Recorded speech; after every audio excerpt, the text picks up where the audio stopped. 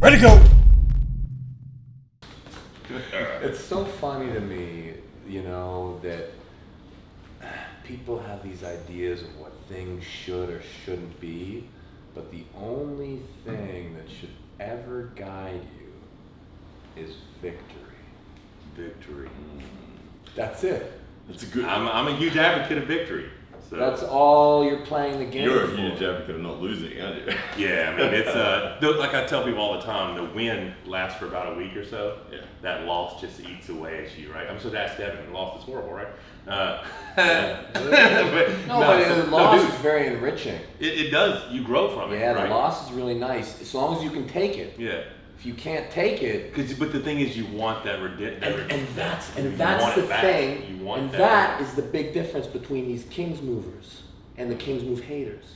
So, ladies and gents, that is our topic. We're going to talk about the hot topic of the Kings move. We saw a double Kings move last night. We have Burger King. the champion of Kings moves right here. I still think Crazy George is the real guy. Okay, so Crazy George has been the longest Kings mover. Yeah. But I feel that I've defeated a higher level of Well, talent. you know what I'm saying? you have I mean, more options outside of the Kings move. Yeah. But in terms of pure Kings move, I still think he's doing things that you're still not doing. You really think so? Yes, I do. See, I think I have perfected the entire art of Kings moving. I'm not I wanna, sure that your King's move is quite as sweet as his. I want Really? to touch on I'll that. tell you, that's I what I cannot think. believe that. Your King's move, listen, you're a super heavyweight. I am a super. Okay, so yes, if you arm wrestle him, you're No, it's gonna- not about who would win. It's who's got I think I have a crisper. perfected Kings move. Here's, you know so what? my I pronation don't is know. amazing. Yeah, Before your we- pronation's before My, we my keep riser's going. gotten so much stronger. Go ahead. Yes. I want to touch on that because the hot topic at the moment is the Kings move and its misunderstanding. In my opinion, there are 99% of fans and even a big percentage of arm wrestlers I don't think know really and understand really the fine art of the Kings move. So it's often labeled as a cheap move. Very often.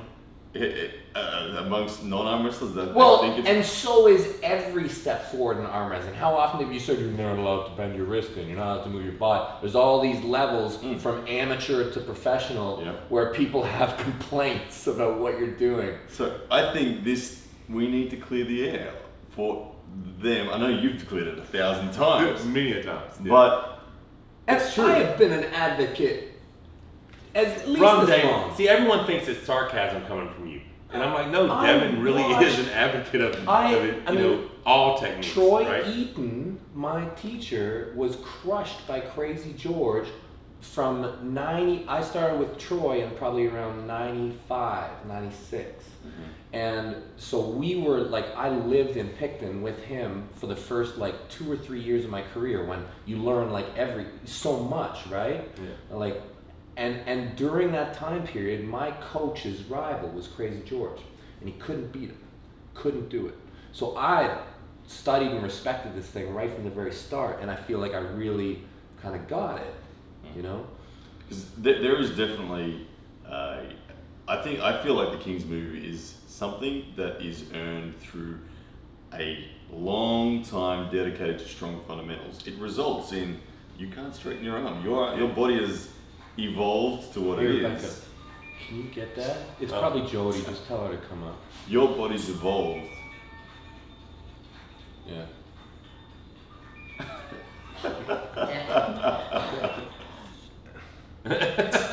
Whatever. Anyways. Your body's evolved because of the work you've put in.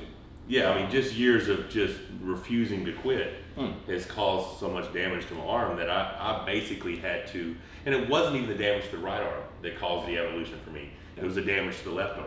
I was always a guy who pulled here and drove in with a hook, and when this one blew apart, I couldn't pull on the peg for a short period of time. I started, because I couldn't quit arm wrestling, so I started pushing and more of a rotational lat drag, and then just kind of evolved into what is now. And my Kings moves had phases. Yeah. I believe the version of my Kings move right now is the strongest version ever, and I contribute a lot of that to my riser has gotten very strong. Because that's where it all starts. Yeah. Because this is not an amateur move. That's where it all starts, and having a superior riser. Absolutely. Well, it multiplies it. You can do it without it, but it's a shame. But that's what I'm saying. That's why mine's so much better now than it has previously been. So much. Yeah, there's just it's that position is very strong for me.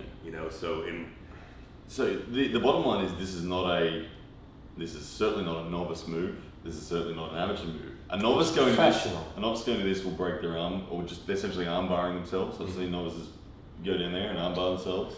I think that anyone can start to develop this move the same way you could develop your hook. At the beginning, you might not be a natural hooker. King's move is a very unnatural move for a beginner to have out of the box. You won't see many. Rabbit, come on up. Just with the elevator. Stairs, level 3. But it's the thing that really starts to get crazy is when you do get that tightness, right? And I think that that's where a lot of people have an issue because, sports and overall fitness, you want to see a person's involvement in one activity have translation and carry over to another. And I think that one of the things that worries people is that this is not a beneficial adaptation for anything outside of the sport. And I think that that's what causes people issue.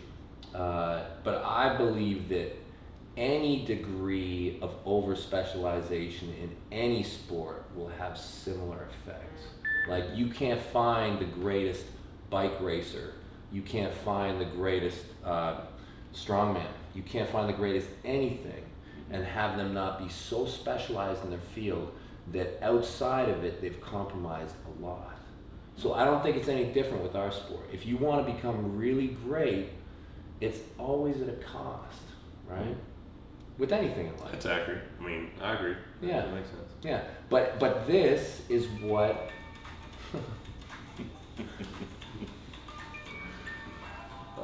I hope you can edit. What's up, Rabbit? Huh? Okay. Bye-bye. Yeah. So, alright, I want to ask a question about the parameters of specifically the WAL relative to, say, when you're pulling a vendetta match with PAL.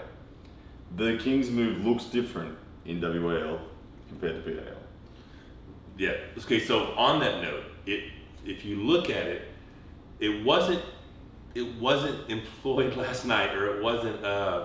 They didn't follow what they told me at the last WL. What did they tell you? The last WL, I could only have my shoulder below the table if I'm in a pinning position. Right. Yep. Last season, prior to our match and prior to 405, they said it was, they didn't change the rules in the writing, so when everybody read back the rules, it still said the same thing. They told us specifically before the match. It was negative or losing, not neutral or losing. So if it was negative or losing, you couldn't be below, but if it was from here over, you could do whatever you wanted. So even in a neutral position now. Well, that was last year. That was last And then this year, right before I pulled Dave, they're like, only in a pinning position. In a pinning position. In a pinning, not a winning, in a pinning position. Okay, so winning, pinning, what is it? I guess that's up to referee's the discretion. last third kind of thing. So if you watch my match with Dave, my shoulder never goes Right. below the bed. And Ever. I saw you go like this, and you said shoulder, like looking towards your left, but it's the It's right the right shoulder. Yeah, the left. Right, everyone's left right. drop. Doesn't That's matter. good. Yeah. So that was actually the rule that I was told at the last one, which is more strict than WAF or PAL, and I'll tell you why. Right. Because WF or PL currently, once you drop below, you have an order or a command to rise. Once you rise, you're in compliance. Once you drop again, it's an order to rise again. It's not a foul. You can drop, you can rise, you can drop, Right. If you you can don't rise. correct it. If you don't correct it, Right. then you'll be fouled. And so And- that's PAL and WF because Right. they do the same rules, right? But there's other things that empower it more, like even more. Yeah, no, I understand. But as far as the strictness of the rules, at 503, I was under more strict regulations than I am in any other arena. But what people do say is WL, Michael Todd couldn't do that in PAL. Well, I don't know why, because I've done it every time I went to PAL. When I win, that's the dumbest shit I've ever done. But there's going to be more people who can pull off a King's move in the WA. Oh, absolutely, without a doubt, without a doubt. And why is that? We're talking pads. There's a the few length, reasons. The 2 inch longer pad, the lower pin helps pad. drastically. Yeah. The lower pin pad. Yep. Lower pin pad. Yep. I didn't the even realize shape- there was a lower pin pad. Yeah. I didn't even notice that. Yeah. Yeah, so lower pin pad because the more time you got to break, the better it is. For a king, yeah. Yeah. The lower, so the longer off the Longer back. helps because it gives you more back. And Right. The higher pad. as Yeah, well. and the swell. Well, of course, I love the WO pads Yeah. because they are squishy. Yeah, And so when you when you push a lot of pressure Right. down, I mean, Exactly. our match, you're like, oh look, Michael's elbow's off the pad. No, Right. my elbow's on the side, which is flat Yeah. in the pad, which is still in contact Right, with the but pad. you still get benefit Oh, from the absolutely, bubble shape. absolutely. And you made a comment to me earlier today. You said that within the rules, a professional athlete is going to do everything Right. to win, Yes. or everything not to lose. So they should. And so, for fans of the sport, particularly the WAL, Yeah. when they observe this, we need to all recognise collectively we're within the rules. That's right. We're dying. Yeah, before losing. and so what you have to do is if you have massive objection to it, okay, you can attempt to change the rules. Okay, if for whatever reason what you're seeing, so me, I think it's great. I don't have any problem with it. The way I look at it is it adds to the beauty and complexity of our sport, and I think these are steps forward. The fact that the WAL gives more room because of the pads and that, as we described, we're seeing more people that haven't necessarily developed the time that you guys have in the sport starting to King's move. Yeah. So we're like, people, I've seen concerns on Facebook in the last 24 hours saying, is this where the sport's headed? It's- That everyone's going to be King's moving? It's also, it's not just the table layout. It already started a long time ago with the accessibility of the strap. Absolutely. Yeah. You talked about that in your previous videos. Yeah. That's absolutely As right. soon, like strap pulling and non-strap pulling is a different technique. Mhm.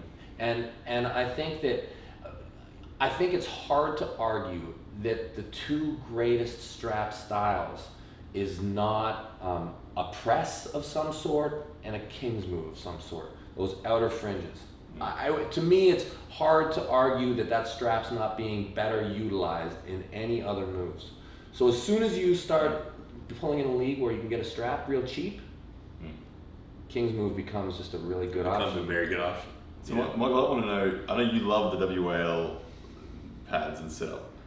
Do you think it's the right thing for the sport to reduce the parameters back to say a PAL sized pad setup to limit the amount of people that can successfully pull off a King's move? Okay, so my opinion on that is if you are in the Super Series, you are a professional arm wrestler and you can do whatever the hell you want. Okay. If it's amateur arm wrestling, if it's WAL Super Series and Buffalo Wild Wings, go to 7x7 pad. Once you advance to the Super Series, we go to the professional rules. I mean, if you wanted to change the pad at all, or you are more strict on the fouls in the Buffalo Wild Wings series because it's more amateurs. Obviously, we don't want to see people get injured. But here's what it comes down to, and this is just a simple fact from my perspective. If you're going to pay me the same, whether I win or lose, I will arm wrestle on whatever parameters you want me to. But as soon as you offer No, me, you won't. as soon as you You'll offer still me a win. winning bonus, Yeah, you're going to do what you have I'm to do. going to do whatever I have to do to win. Yeah. Because that is additional money coming to my household.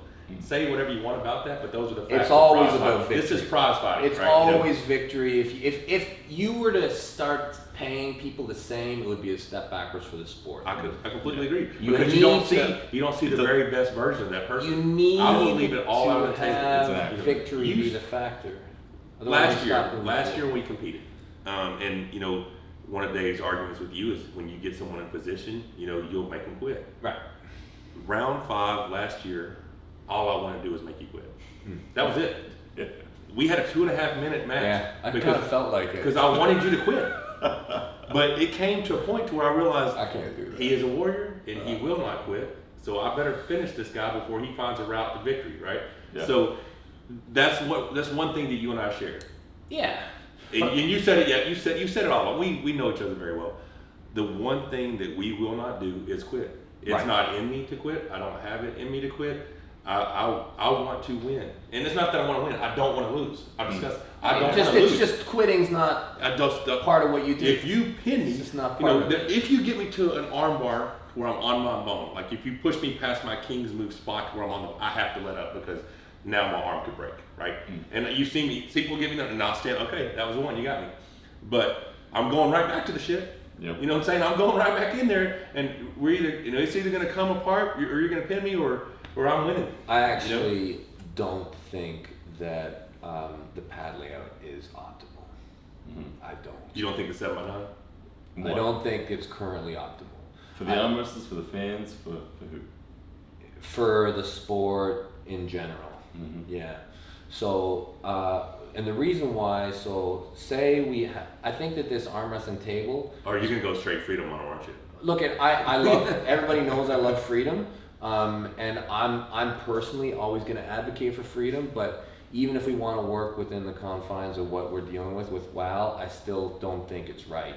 And the reason why is I think that the arm wrestling table's dimensions are designed for the average American. Okay, I think that if you get two, and I'll say, I'm just going to take a guess that the arm wrestling table is designed for a 6-foot man. Probably. It feels about right. I think designed for a 6-foot man. The 7x7 pad lets you be in the middle. You're anatomically sound. The hands come together naturally in a quite fair position. Because you know when you get like two like tall guys or two short guys, it's like the table doesn't really fit and they don't have all the options. Well, I think that the 7x7 pad for average person allows equal opportunity for forward and backwards movement.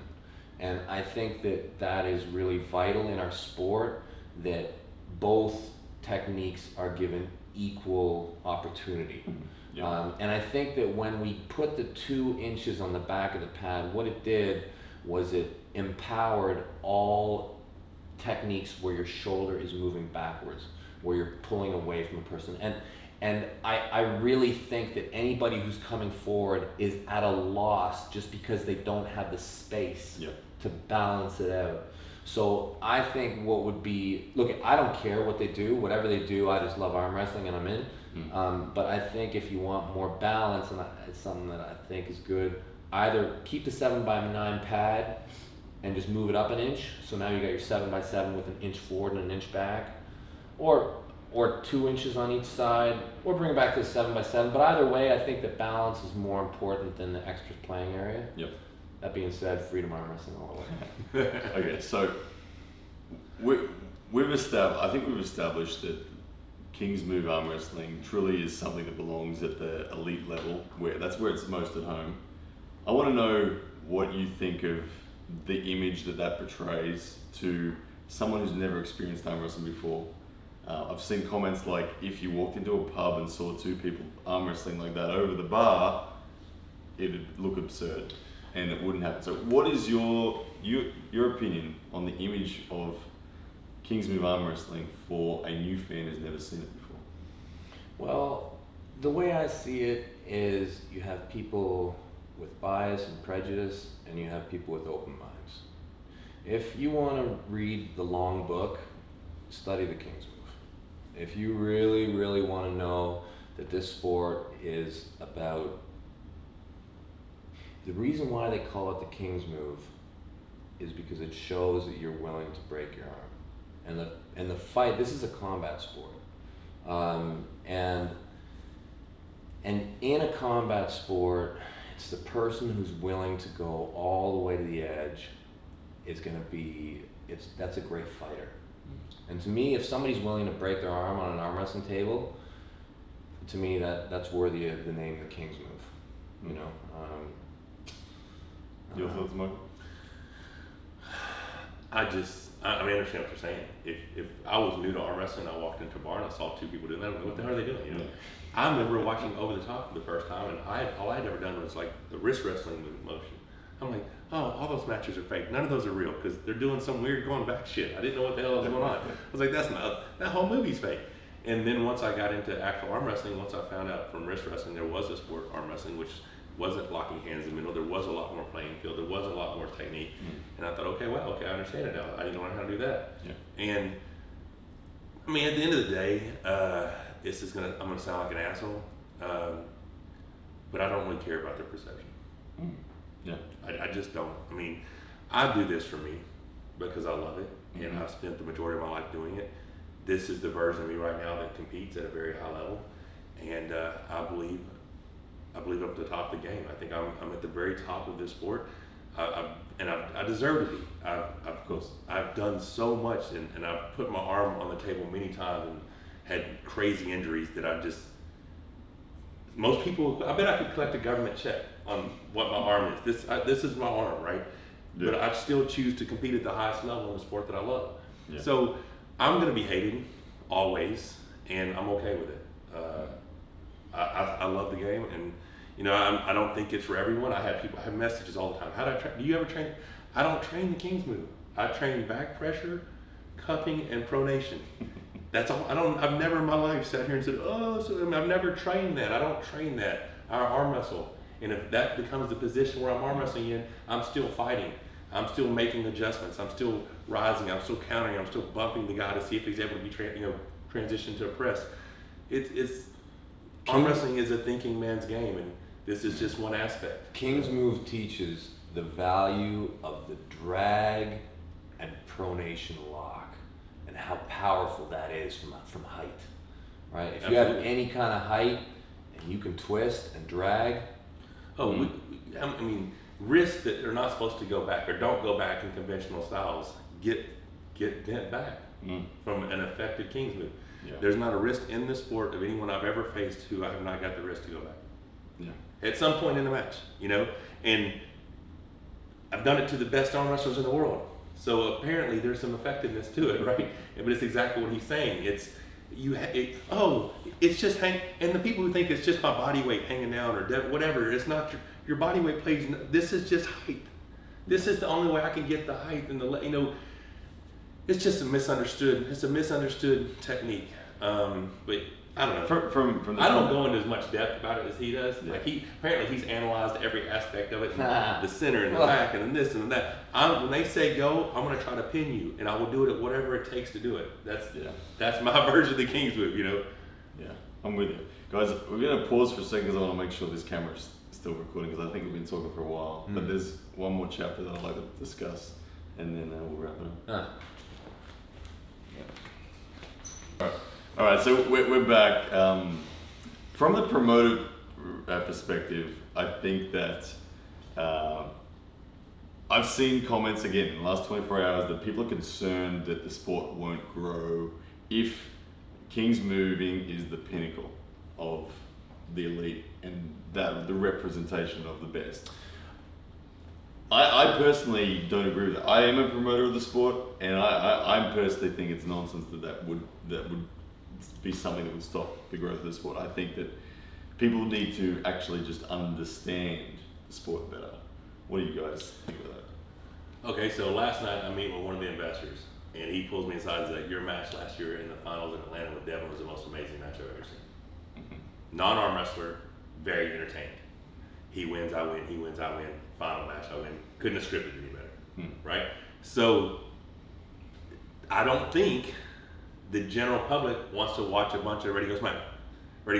You know what I'm saying? They want to see wars. They want to see heart. They want to see two people leaving it all on the table. And if that ends up being a King's move versus a flop wrist or two people King's move, whatever it is, and I'm not saying it's the pinnacle of the sport. Not everyone can do it. There's no way that's going to be the future sport everyone King's moving. I had a guy message me today. At what point should I start training my King's move? Or should I train everything? I said, train it all at once. If you're new to the sport, learn everything. It's a weapon. Learn how to use it. But I think people want to see battles. In my opinion. I personally think that no matter what in this world, there are two types of people.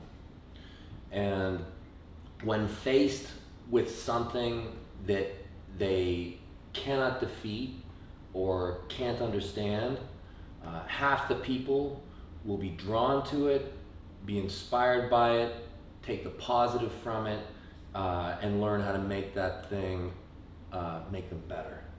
And then the other half of the people will have fear, and they will reject it, and they will find reasons to hate it because they feel weakened by it. And this is, look at history in our sport.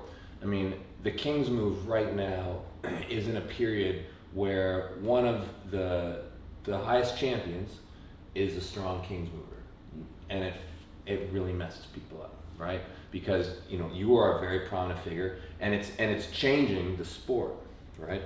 And just that. But the thing is, if you go back, whoever was that central figure, okay, there will always, and people will remember things different, but always there will be a group that will criticize for whatever strength that person exhibits. And I think that this is just normal. Mm-hmm. And to me, I just think that all those people are they're weak. That's the way I look at it. I do. You're literally talking to your fans right there. I don't. To me, I think that you should just look at yourself, and you should really think, am I making the best of this puzzle? Like, this is just a puzzle. This is all this is. Like, you have a set of rules, and you're trying to achieve a goal. And I mean, to reject something that is within, like, either change the rules or get on board. Embrace it, right?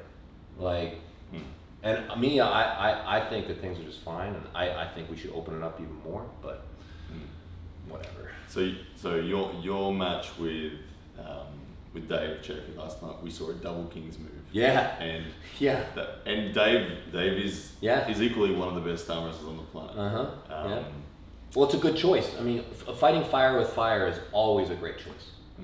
Yeah. Yeah. And I agree with what you said, Todd, that Michael. Well, whatever. Two first names. Call me Champ. Just say Champ. Champ will work. But I agree with what you said, that the promoters want battles and wars, and I think even though we saw a double King's move last night, it was still an absolute war. There wasn't much in that. There was moments where Dave had it. That was the skin of my teeth the whole time. I'm either surviving, trying to get that next step, but like I spent most of my time just, I felt like I was riding a bull, and just trying to stay with it. You were. Yeah. But this is the fight. This is a fight, and the fight ends when the arm goes below the pin pad. Yeah. Oh. Well, there you have it, guys. The King's move, definitely the hot topic right now. And it probably will be for a while, but as you've heard it here, two of the best King's movers on the planet. Am I on that list now? I think you made it last night. Did I? Am I on that list? I felt like you were just, right there on the cusp. I've been loving it forever. You're the cusp of one of the great King's movers. Finally. And now you broke through. Wow. And now, I should even give you a shirt up. Oh my God. I'm sitting between King's Move royalty here. Jailbreak. There we go, guys. Thank you for tuning in. Make sure you subscribe to this man's channel. What is your YouTube channel? Monster and Mrs. Monster. And your YouTube You don't want to subscribe to my channel. This guy's production quality is through the roof. This guy and Rebecca work tirelessly to lift it. So Rebecca does a very good job. To their channel as well. And guys, thank you for watching, and we'll do it again soon. Good times. Awesome. And Joe Lex Productions with a Z. Subscribe to that one too. There we go. No, get me off there. Not today. Yes, that's a man!